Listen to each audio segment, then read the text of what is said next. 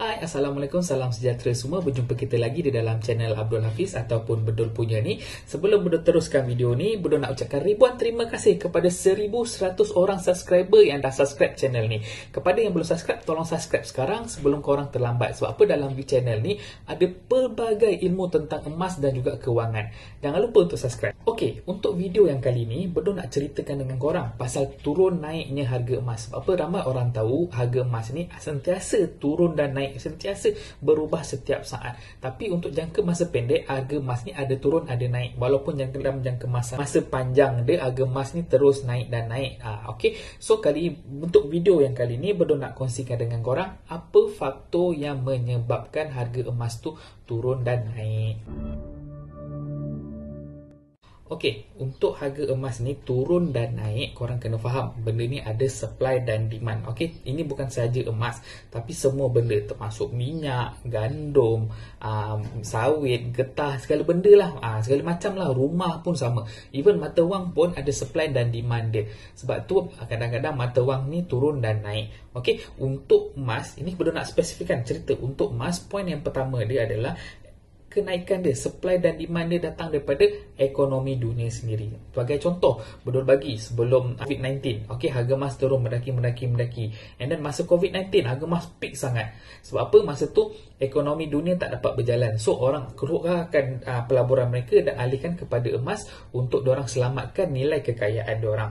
So sekarang ekonomi dah mula nak kembali pulih, walaupun tengah teruk sekarang ni dengan inflasi, tapi dalam keadaan nak memulihkan ekonomi dah mula berjalan seperti biasa.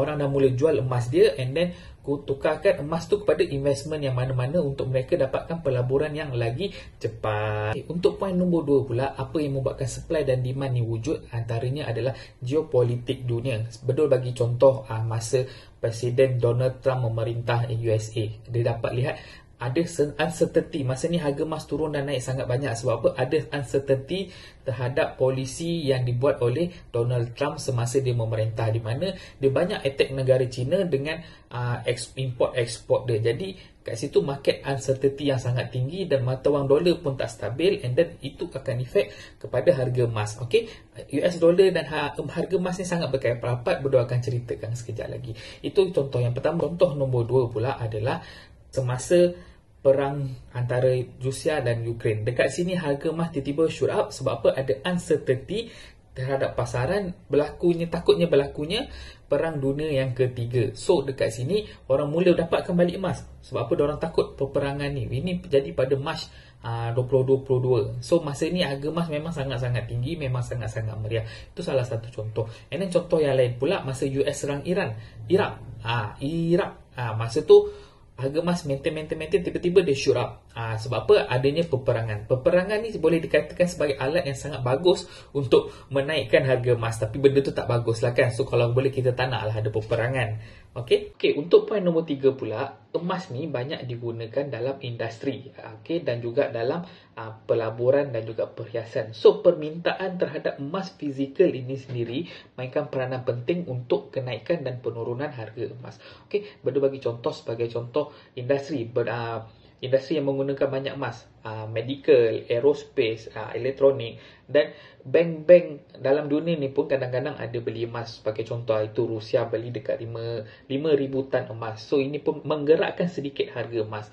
Okay, so banyak permintaan ni datangnya daripada pelaburan. Okey, so sebab apa? Banyak bank yang beli dan simpan emas ni untuk mengukuhkan lagi kewangan mereka. Itu adalah poin nombor 3. Untuk poin nombor 4 pula adalah pengeluaran daripada lombong emas. Seperti kita tahu, kalau nak emas baru yang digali daripada bumi ni, dia memerlukan kos. Okey, so kalau harga emas terus ditekan membuatkan penurunan, so lombong emas ni mungkin akan stopkan production diorang untuk reducekan emas dalam market. Bila emas reduce dalam market, harga akan kembali naik, baru diorang boleh beroperasi dengan bagusnya. Okey, ini sama juga situasi dia macam minyak ni. Bila harga dia terlalu rendah, biasanya OPEC ataupun negara-negara Arab ni diorang akan reducekan diorang punya pengeluaran pengeluaran minyak untuk naikkan balik harga minyak supaya diorang boleh cover kos operasi diorang. Okey, sebab apa?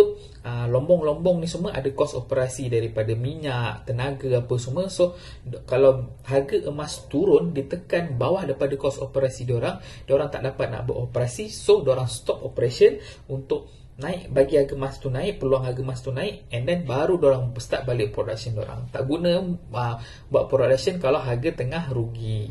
Okay, itu poin nombor 4. Poin yang terakhir, poin nombor 5 ni boleh dikatakan antara poin yang penting juga walaupun tak nampak penting, dan benda ni yang tengah menggerakkan harga emas turun dan naik sekarang. Okay, iaitu kekuatan US dollar. Okay, banyak barang komoditi seperti emas, minyak ni semua didagangkan dalam bentuk USD.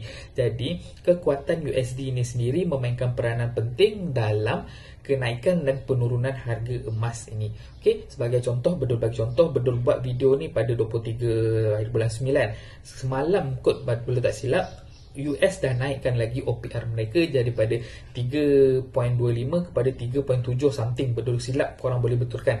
Okey, bila harga USD ni, bila OPR ni naik, dia mengukuhkan lagi USD, lantas menurunkan harga emas. So sebab tu kekuatan USD ni penting. Tapi untuk kita yang beli emas dekat Malaysia ni, kita kena ambil kira kekuatan ringgit Malaysia juga. Sebab apa? Kita beli emas ni dalam ringgit Malaysia.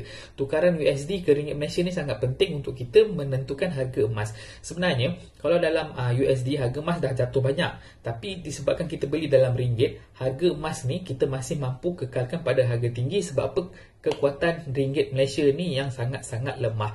Okey, tapi ini bukan isu politik atau apa, tapi memang ini adalah keadaan ekonomi sekarang. Di mana US naik, ringgit melemah, harga emas kita pun masih lagi tinggi. So kekuatan USD ni pula ada boleh jadi macam-macam. Okey, salah satunya daripada kenaikan OPR, and then kekuatan ekonomi USA itu sendiri.